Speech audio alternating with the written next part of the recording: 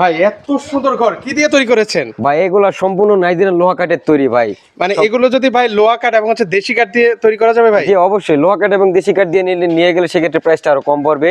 এটার প্রাইস যেমন এটা 23 বাই 20 ফিটের একটা রুম, সামনে খোলা বারান্দা, লোহা কাঠ এবং দেশি কাঠ দিয়ে মিক্স করে নিলে সেক্ষেত্রে 4 থেকে 4.5 লাখ টাকার মধ্যে নিতে পারবে, ডেলিভারি ফিটিং কস্টার সহ আর কি। আচ্ছা আচ্ছা ওকে ভাই, এখানে যে আপনারা যে টেন্টটা ইউজ করেছেন ভাই, আমি চাইলে কি সেই টেন্টটা কি কাস্টমাইজ জি করতে পারবো অবশ্যই, ভাই? এটা আপনি রেড কালার পাবেন, গ্রিন কালার পাবেন এবং এই স্টিল কালারটাও পাবেন আর কি। ওকে, সামনে এই যে কাজটা করেছেন ভাই, ময়ূর পঙ্খী মনে হচ্ছে, জি, এটাও কি কাস্টমাইজ করতে পারবো? জি অবশ্যই, এটা আমাদের ঐতিহ্য আর কি, ময়ূর টাইপ।